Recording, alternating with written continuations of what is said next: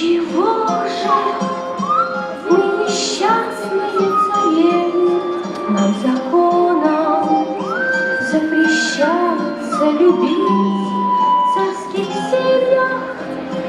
Уж таков порядок древний по расчету.